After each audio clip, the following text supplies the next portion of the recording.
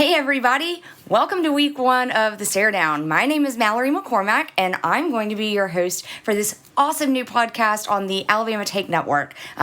Really quick shout out before we get started to Blaine and the entire Alabama Take family. They've been phenomenal in welcoming me with open arms, giving me ideas, kind of helping me along this journey to get started. So shout out to the preseason A-team, as I'll probably refer to them more than they will like by the end of this. But yeah, if you're ready, I'm ready. So sit back, relax, grab a drink or two, and let's enjoy the Staredown.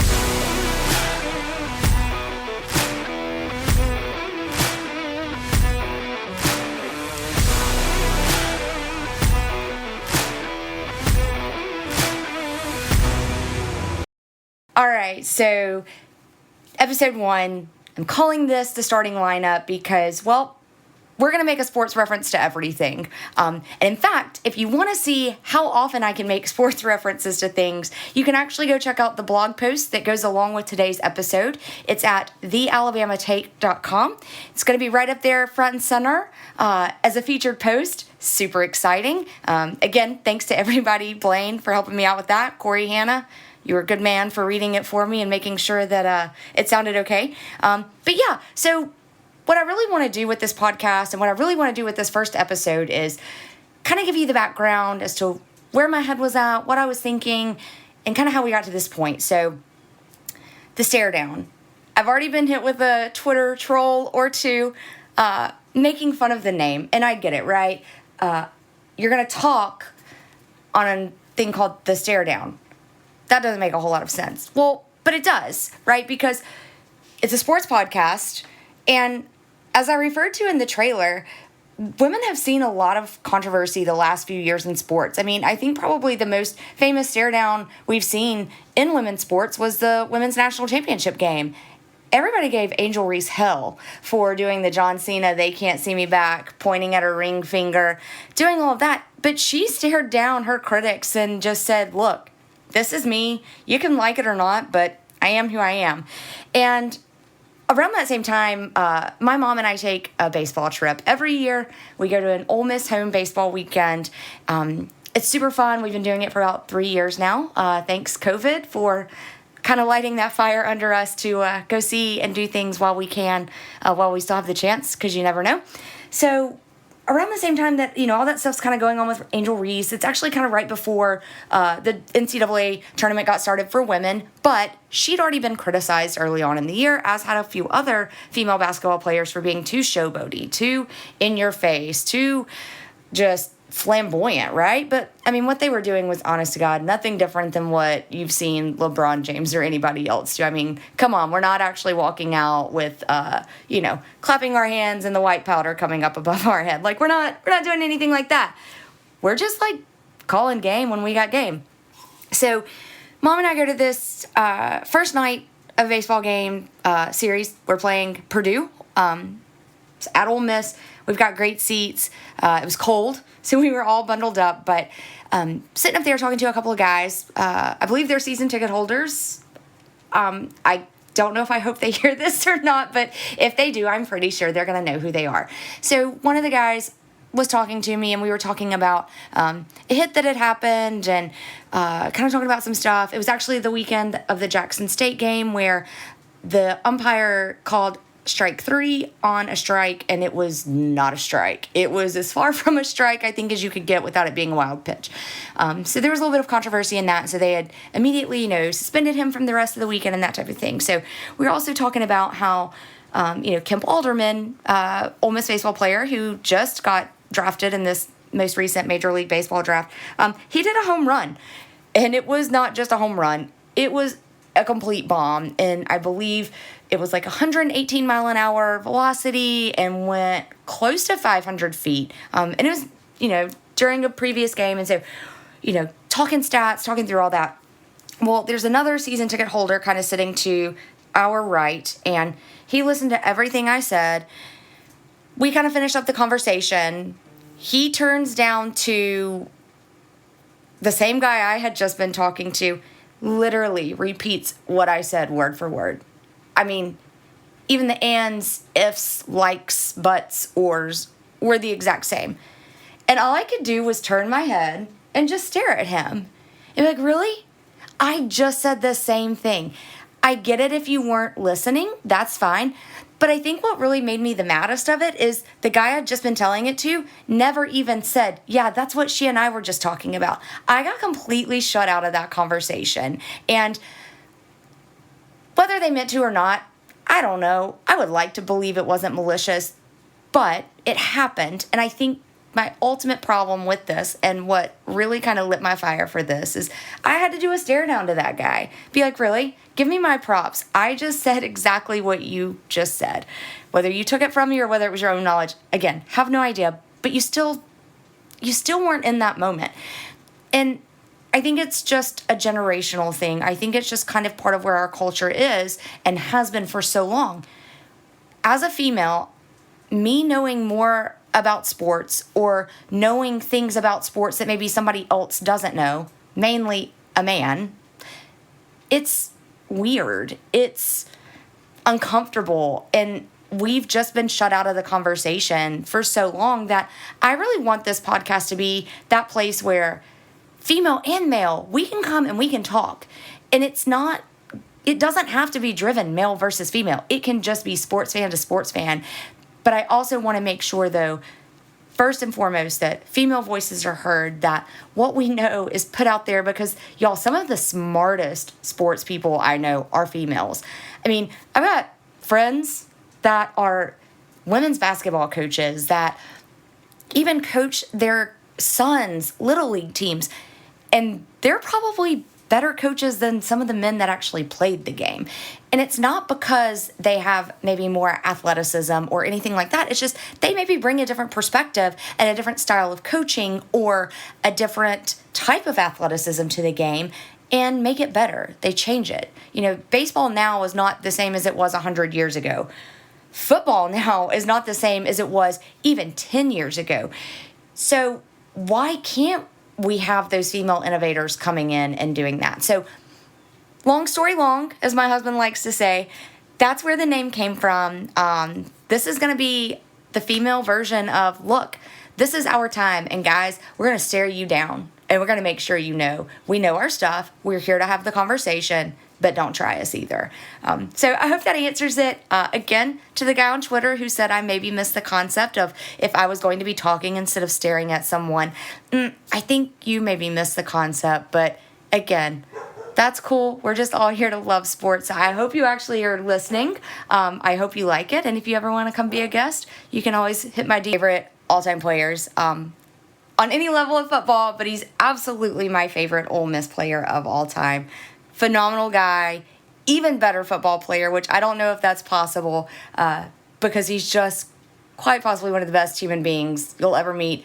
He's funny, he's charming, and when I was 14 years old, I think he was rivaling my other loves, Hanson, at the time. Once you figure out who he is and once you hear him, or you even checked out the blog post on the Alabama Take, you'll see that I obviously had a type back in my teenage days.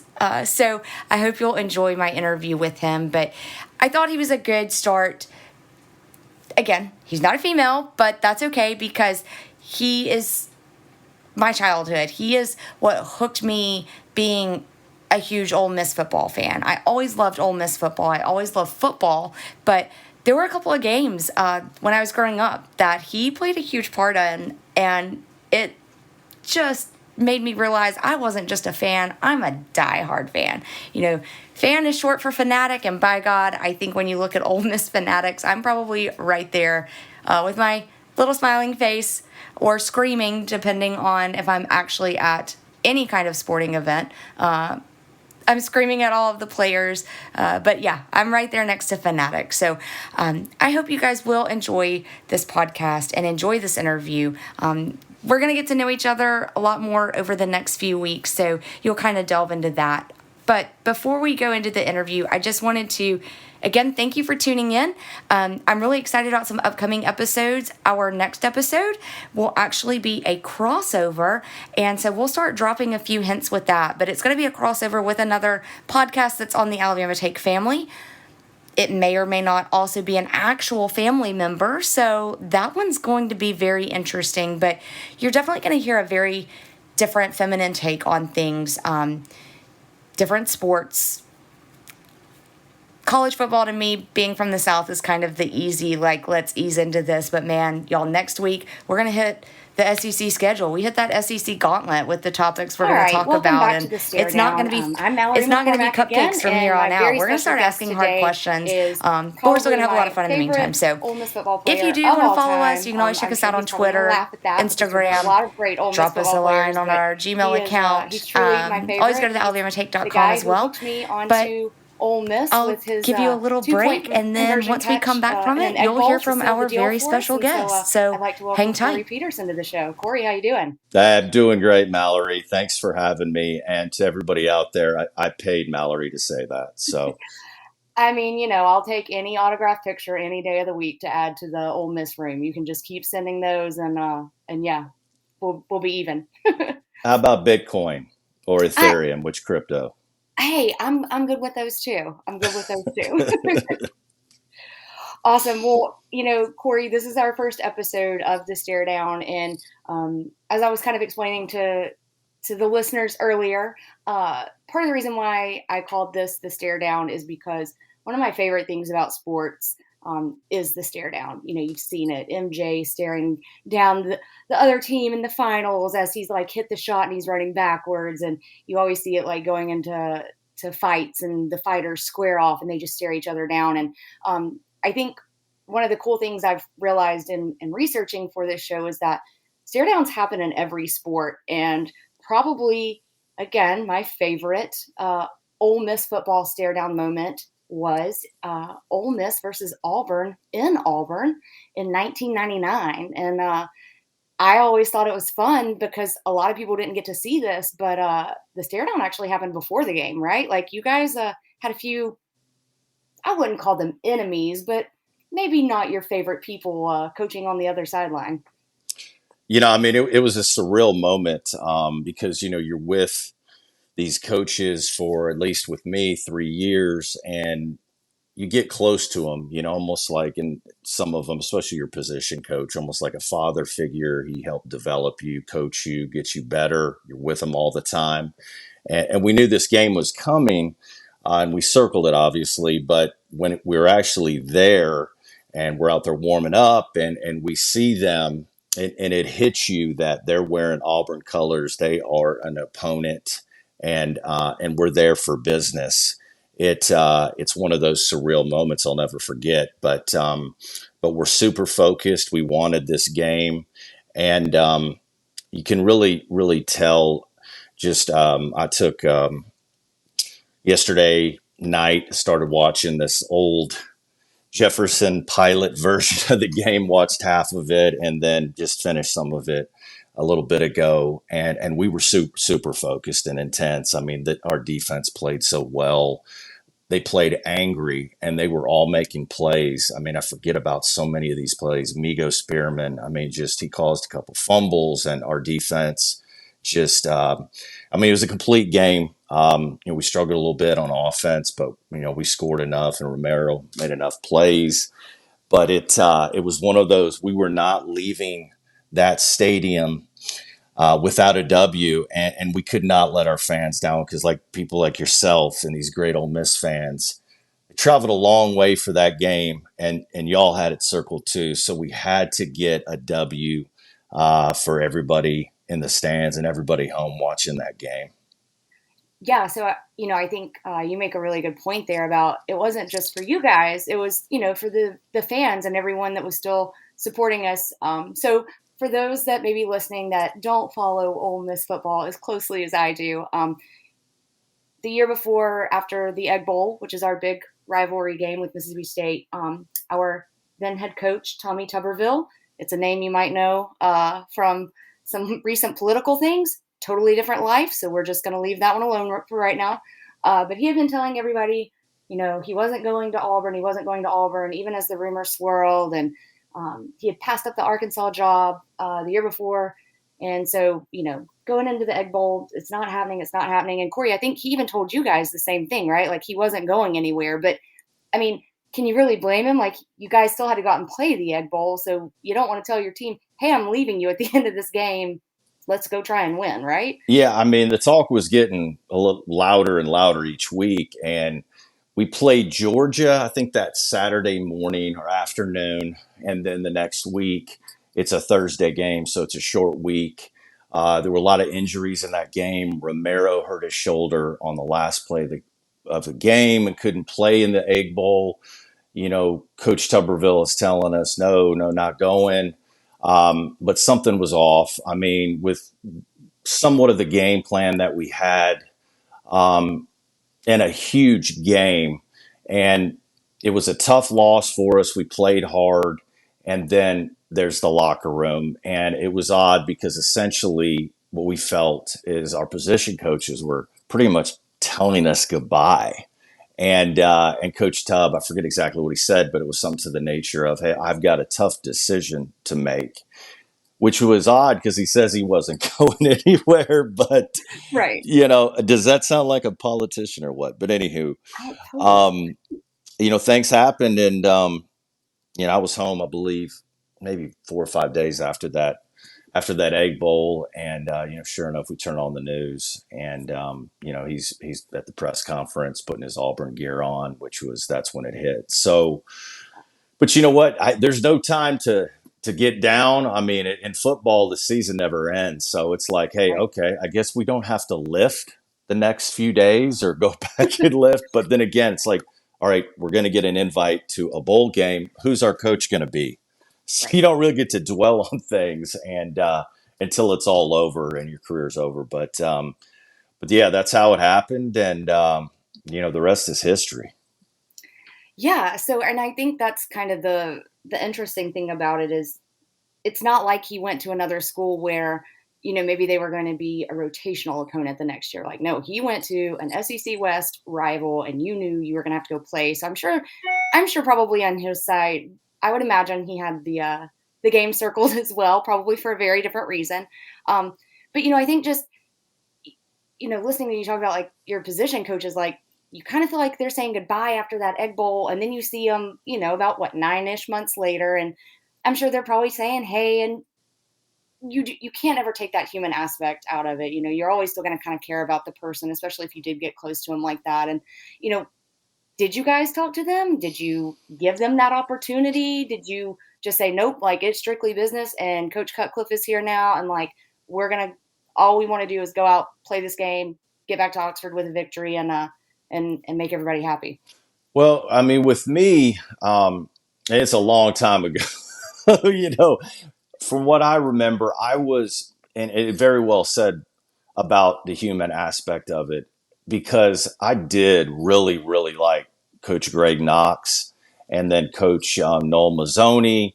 And I mean, all of the coaches. Um, but those two very connected with, and I do remember seeing Coach Mazzoni before the game, and he's got that smile and his grin, and Oh yeah, with that big old mustache. yeah, I mean, he's just a guy that you just can't not like. And I just kind of remember trying to ignore him and, doing the best I could with that. But it was kind of somewhat awkward.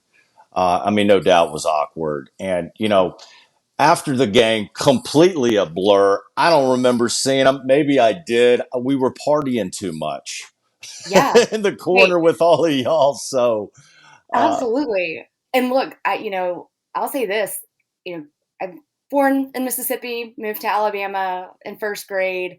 Let's see, 99. I was a freshman in high school. So yeah, you guys can all go do that math and figure out how old I am. Um, but I had been told the whole time I lived in Alabama, like you have to pick a team. It has to be Alabama or Auburn. And my whole life I was like, no, I'm not going to. Like I'm an Ole Miss fan. And so being able to walk into school that Monday and just like I didn't even have to say anything. Like all the Auburn fans just were so quiet with their little tiger tails tucked between their legs, and it was such a fun moment. But I think for me as a fan, you guys stared that down and just came home with a victory. And I think an article I was reading about it. Chad Cook, I think, is the one who made the last tackle.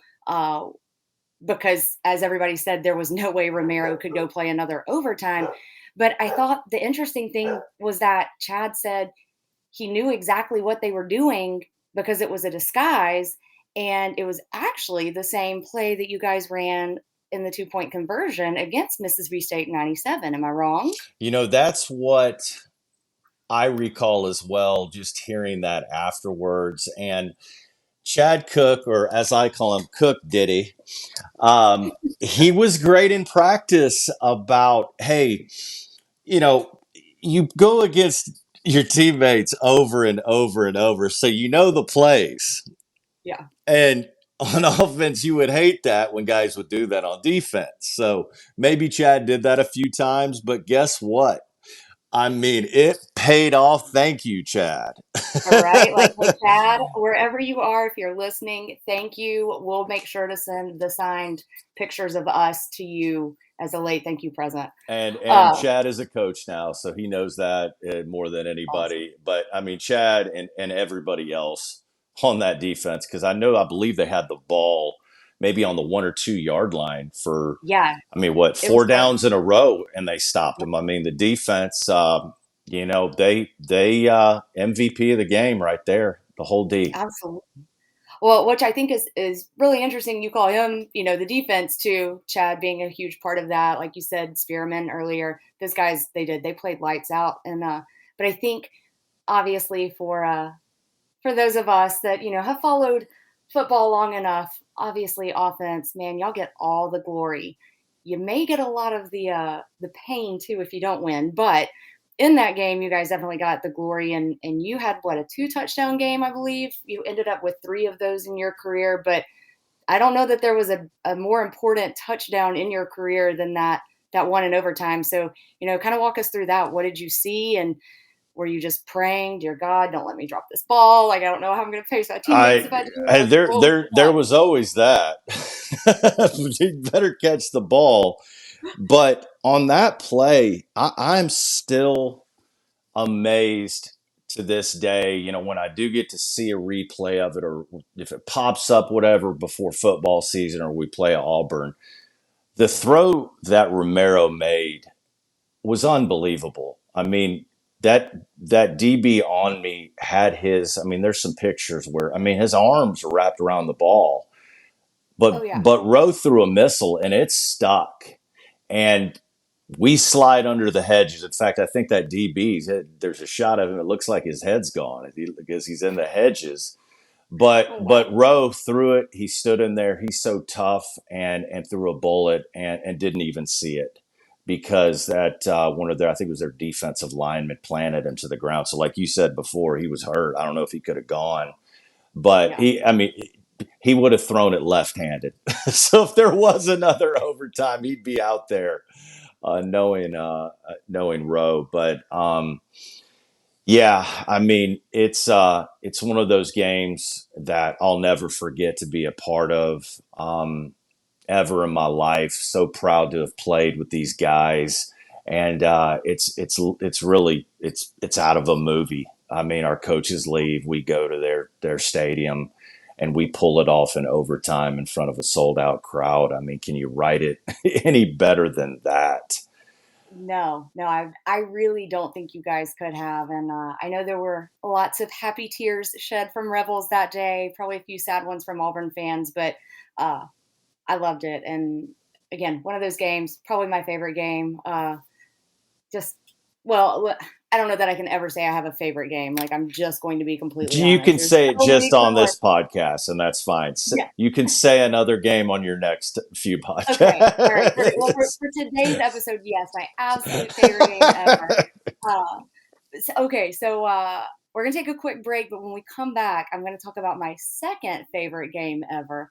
So stay tuned with us. We'll have Corey Peterson right back with us just after this break. All right, and we're back. Still have number 85 in your programs, number 1 in my heart, Corey Peterson. My husband likes to roll his eyes when I say that. But, I just told him, I was like, look, I mean, this man caught a 2-point conversion against Mississippi State to send us to a bowl game. First time we could be bowl eligible. It was either us or state that was going to go to a bowl game. Whoever won was going. And by God, you held on to that 2 point conversion. And that game, if I'm wrong, correct me, please. But I don't think I am, because that one also had a pretty epic stare down moment before the game that actually went a little bit further than just a stare down, right?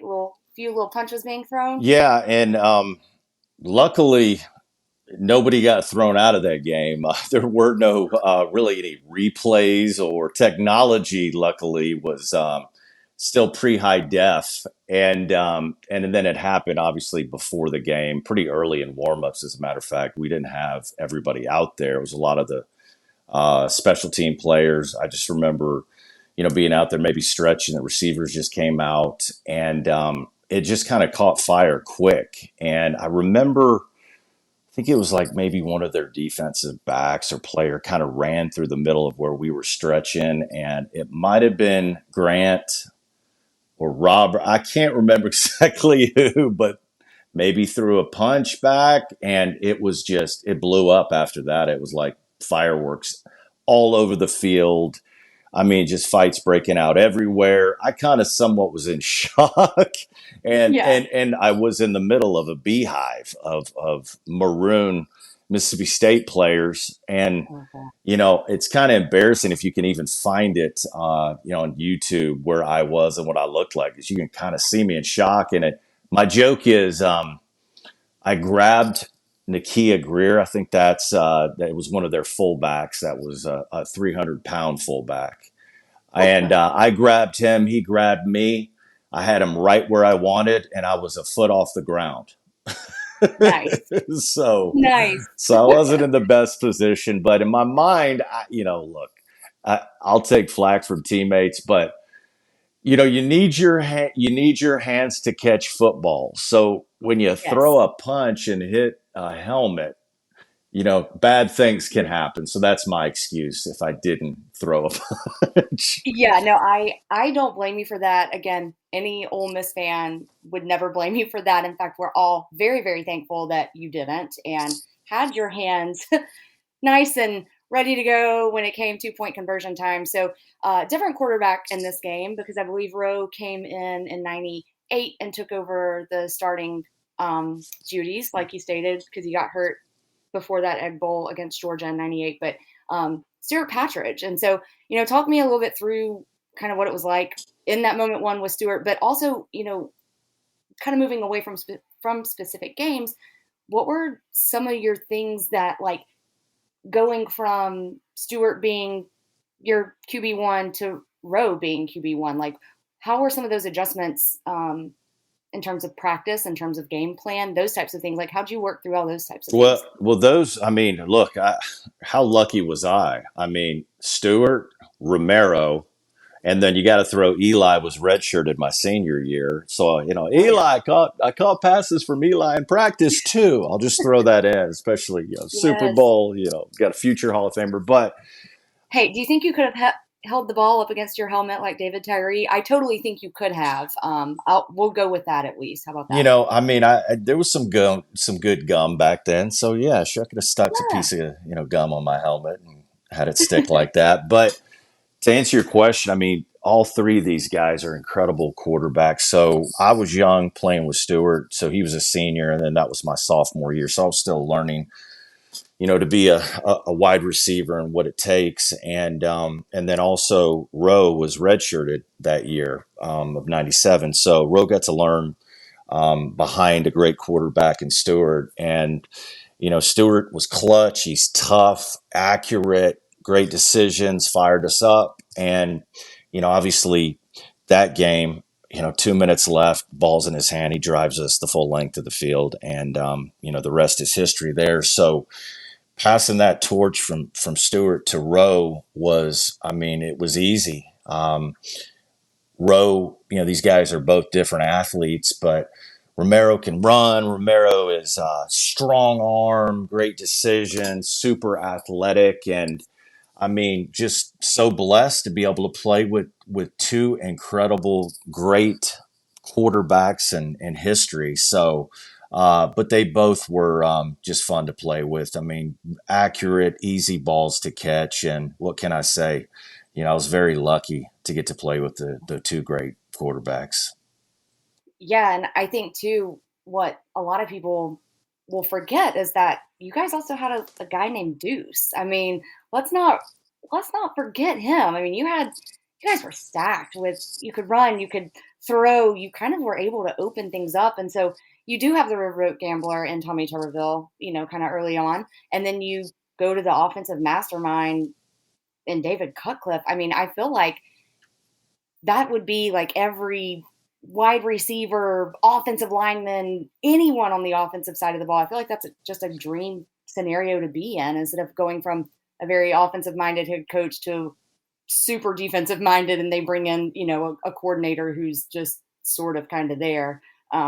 So yeah, I'm sure that was also a lot of fun and Yeah, a lot of I learning. mean, not to mention that our offensive line, just about, I think every guy that started played in the NFL and played a long time. So, I mean, my Yeah, joke now, or if any, if I'm joking mainly in my house, is, I mean, look, you have this offensive line, these great quarterbacks, Deuce McAllister, the greatest, Joe Gunn. right. I mean, at wide receiver, they forgot about me because they were keying on all these other guys. So I just benefited through that. The slow possession receiver, wasn't hard to find me because nobody was covering me. I kind of love it though. So yeah, so one of the offensive linemen that you did play with, if I, again, correct me if I'm wrong, and guys, you'll hear me say that a lot throughout this podcast. When it comes to Ole Miss sports, I'm not wrong. I say it facetiously, so just go with it, okay?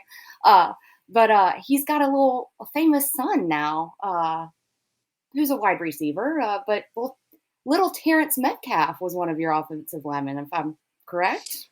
Yeah, Terrence, one of the best ever. And right out of high school, as soon as he walked into the door, I mean, he signed with Rowe and Deuce. I mean, he's a starter. I mean, he's strongest guy on the team pretty much right then. But I remember him always taking notes and asking me about route running. And I always like thought that was odd. So I take it that he knew his son would be great someday. So he was getting tips from his wide receiver. Of course, I'm joking there, Oh but yeah, no, no, no, you're not at right. Hey, all, and man. my favorite NFL wide receiver happens to be DK, 1A and 1B AJ. So I mean, yeah. how cool is that? I mean, I'm proud to say, hey, I played with DK's dad. I mean, I know, like, that's it's so weird, and so I actually ran into Terrence, at a game, a few years ago, and I'm pretty sure he could still probably put on some pads and, run a few holes through some defensive linemen if he really wanted to. That man is a beast, so I am nicest, not surprised at all. nicest, nastiest guy on the field. Hey, and the kinda guy that I'm sure you're so glad he's on your Heck yeah, side. 100%. 100%. Well, I'll give you a little fun fact. So I don't know if you know this, but you are still number 12 all time uh, in receiving yards at Ole Miss. Um, you're way ahead of DK actually. Nah, I think we're looking around like maybe 1,000 yards more than him. Now, granted, again, I don't know about your bank account, your signing bonuses at your current job, probably not as good as his. Again, could be wrong, but I think that's still kind of cool. You get to say like you're ahead of DK Metcalf on the all-time I receiving mean, list at Ole I'm Miss. posting it on Twitter right now. Thank you for that. I didn't realize You're welcome. Yeah, and I mean, that. look, you're 12, he's 31st, but I'm going to throw out some more names that are ahead of you, which again, that's one of those things where like you always want to be the best, right? But man, when you hear some of these names that jumped ahead of you, I think you're in pretty good company. We've got Mike Wallace, Grant Hurd, who you talked about earlier, which that one blows my my mind. He's favorite, not my favorite wide receiver right there, Grant Hurd. love Grant, but I think that's really cool too, though, that you're 12, he's 9, and you guys played, you overlap. So like, yeah, going back to having good QBs, I think that shows. Evan Ingram, Dante Moncrief, Laquan Treadwell, Elijah Moore, Chris Collins, Shea Hodge, and AJ Brown. That's who's ahead of you. Uh, Pretty incredible players there. Yeah, some of Are them you are are you pretty sure I'm you still on that list somewhere? Did you edit that somehow, some I, way? I promise you I didn't. And number 13 is Wild Bill Flowers. And Wild you're Bill. Yeah, you are 98 yards ahead of him. So you'll forever stay 98 yards ahead of him. Well, I mean, look, it's all I can say is wide receivers at Ole Miss. We're a brotherhood, and it's interesting. The older you get, you just love watching these new guys come in, and you're huge fans, and it's their time. And I love it that we're bringing in all these great wide receivers. So 20 something years later, I could say, yeah, receiver you, baby, receiver you. Hey, absolutely. I mean, I'm pretty sure, if nothing else, like there are definitely some ways to make some statistics read in our favor for that. So That's we'll right. take what we can, right? Like, That's right. let's also remember we are Ole Miss. We have lived through some very interesting and trying times. But hey, we'll take whatever victory we can when we can. That's right. Awesome. Well, Corey, I'm going to totally shift gears a little bit on you here. So one of the things that I wanted to start with this podcast and every guest is one of my favorite things besides stare down in sports. It's a baseball thing, but it's the walkout song, and I feel like everybody at some point has thought about what their walkout song would be. So on the spot, what would yours be? Oh, I wish I would have prepared for this one. But I mean, what's yeah, I mean it's Enter the Sandman, Metallica. Oh, absolutely. Okay. Dun. Yes. Yes, I love it. And especially, with that sandy blonde hair that you rocked in college, that would have been perfect. Like I can just imagine it blaring out over the box. Hey, imagine what my NIL deal with Sun would have been back in the day. Oh, dude, you would have like rivaled Troy Polamalu in his Head and Shoulders deal. I mean, you were the I, innovator. Like you were there. Amzie Williams and I would have had those endorsements. Oh, not gonna lie, I love Amzie as well. For those of you who don't know, go Google Amzie. Great linebacker who played for us. I remember him actually making a good couple of plays in the Egg Bowl in 2000. Absolutely. Don't worry, we'll talk about that on a future episode. I'm sure that will be that episode's favorite game. Um, but yeah, awesome. Well, I like that. I like that walkout song. So personal life. I know you have a son and a daughter, and how old are they now? Because I think the last time I saw them, they were still what I would consider babies. But yeah, I know they're not getting any younger. It's craziness. Cole just turned 16, if you can believe that. Oh Just turned 16. no! Yes. Yeah. He is, he's my size. So he's about 6'1", 6'1.5", lifting every day, probably eating right now, in between lifting. And then Hannah Grace is 12. She'll be 13 in November, and she's on the dance team for Lewisburg Middle School, I think is what Nice, she's at. So, nice. yeah, So is Cole following in Dad's footsteps? he's playing. Have Yeah, they? he's playing some ball. Yeah, Right? he'll be a sophomore at Lewisburg High School. He's playing wide receiver and just getting better in this off season and going to find a role hopefully. This coming year. And I mean, he's been growing in front of me for the last seems like 3 years. He's had a burst, and now he's getting that neck. He's got tree trunks for legs, so I got to be careful because this kid will tell me to go to my room, and I'll have to say yes, sir. Look, I'm telling you, there was a picture tweeted out a few weeks ago of a quarterback with the last name Manning. Sadly, not Peyton or Eli's son. We'll get there one of these days, but Cooper's son. And we all know we're talking about Arch, right? But it was like the quarterback room for Texas in the weight room. I sorry, Roe, don't hate me, but I don't remember Roe and those guys ever looking like that. I'm like, what in the world are these like? What are they eating? Or do they just go drink Gatorade all day and like eat nothing but like protein bars? Like it's insane. Like I'm sure you guys obviously had weight room stuff, but did you have it to that level? I mean, is it food technology?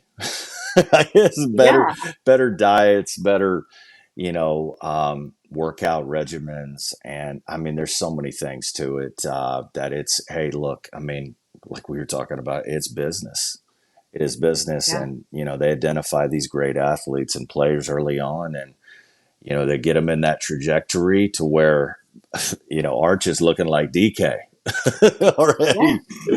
And, I know he won't be putting on a Rebel uniform, but I'm excited to watch him play. I loved watching Peyton. I mean, played against him a couple times. He was one of my Yeah. favorite all time players to watch. And Eli as well. So that's going to be pretty cool to see him play someday. And that, man, when Oklahoma and Texas, when they're in the SEC, I saw that schedule. That I mean, Yeah. it's going to be from a fan standpoint. Good Lord. I mean, every single week you got Yeah. I mean, top five matchups. It's pro football. It's like the NFLB.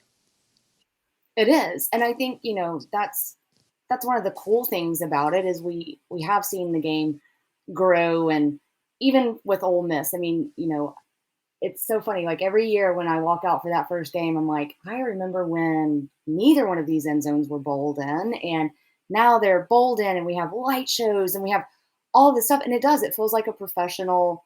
It feels like a professional game. But I think kind of the other cool thing is too, like, and sorry to every other conference out there, but not really. We're gonna knock ourselves out of the running. Like it's not because we're not the best in the SEC. It's because we're playing the best every single week. And so, y'all can all get mad that we always win, but I mean, when you play against the best, you absolutely become the best. And so I think that's been really cool. And I'm with you. I think bringing in Oklahoma and Texas, man, that's the next step in it. And it's going to be fun. I'm sure the tailgates will also be epic. So Oklahoma, Texas, start training your livers now. We are ready. We've been born ready for this. So y'all come on. We're ready to party Yeah, and in too. fact, and when I saw the schedule, it was because of my cousins texting me the schedule because I have three cousins that all graduated from OU. They're born and raised in Norman, and my aunt and uncle as well. So they'll be coming to Oxford, in a year, I guess, Yeah. from now. And they have been to Oxford in the Grove. They love it. It's their, of course, second favorite team in the country. So that's going to be pretty special when we're all Yeah. together. Well, you're always welcome to bring them by our tent. Would love to meet them. For sure. Sing your praises about how I think you're the greatest ever. I know I did that with the beautiful wife when I got to meet her, and she's lovely. And you'll have to tell her I said hello. But yeah, I Lady know. G says hello to you as well. And she says she has some earrings if you need some more that she could. Awesome. Well, it will be Christmas before we know it. So yes, I probably need to start thinking about that. So yeah, tell her I'll hit her up, and hopefully we'll see you guys in the Grove this year. And I'm sure with Cole playing, it's going to be a little different, but yeah, y'all are always welcome. So we'll be there. And would you like me to do a first commercial for you? Maybe a free Yeah, advertisement. So that'd be wonderful. was down in Josephine, Alabama for the 4th of July week, which is not far from Foley, Alabama, Gulf Shores, and Orange Beach. And with my brother in law, who went to Ole Miss, and this is Georgette's sister that married him. And he might happen to have some car dealerships that down in the Mobile area. And we were joking around with my game show host, radio voice, deep voice. Hey, ladies and gentlemen. So I figured this would be an opportunity to give him a plug. So if you are looking to buy a vehicle, South Alabama, where you're at, Mallory, wherever Yeah, you're at, Acura, Cadillac, Chevrolet, Ford, Infiniti, Land Rover, Jaguar. All these go and shop from Joe Bullard. And Ty Bullard is running the show now, but buy from my brother in law. And I will tell you this, I bet Lane Kiffin, Coach Kiffin, would say the same thing. Hey, I think, if Lane would say it, then obviously Ole Miss fans in Alabama, heck, even if you're not an Ole Miss fan, you're anywhere near South Alabama, go visit them, pick you up a good car.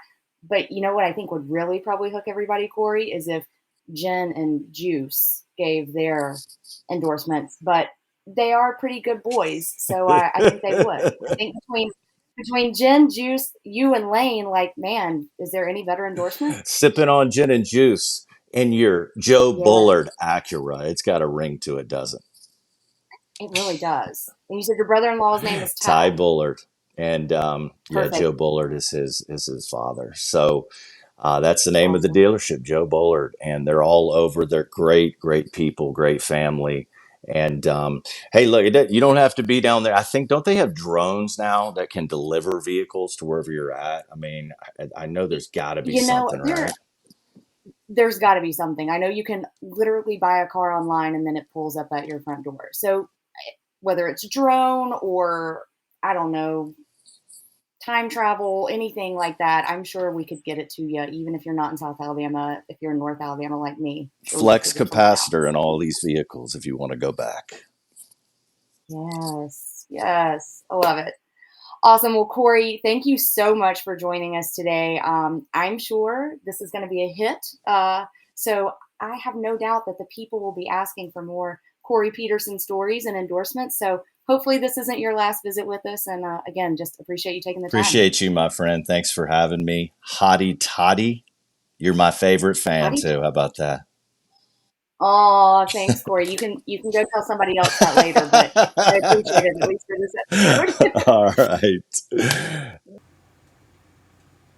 All right. Well, I hope you guys have all enjoyed episode 1 of the Staredown, the starting lineup, as much as I enjoyed making it. I promise over the next couple of episodes, hopefully my ums and likes and ifs and buts and all of the other awkward pauses get better, as well as my editing skills. But for now, that's going to be it for us. Thank you again. Huge, huge shout out to my favorite, Corey Peterson. Again, tell the kids, tell the wife, hello, they're phenomenal, you're awesome. Thanks to my husband for putting up with this craziness I came up with. Cody, you're kind of the best. And as Corey said, you made a pretty decent catch yourself when you landed me. So thanks for that. Again, we're gonna shout it out to the preseason staff, our A team who work behind the scenes, everyone at the Alabama Take, but specifically Blaine.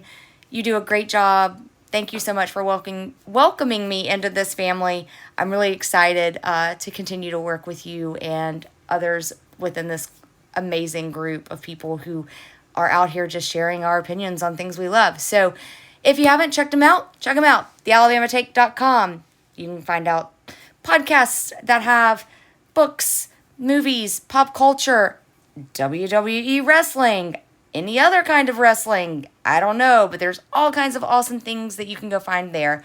It's great.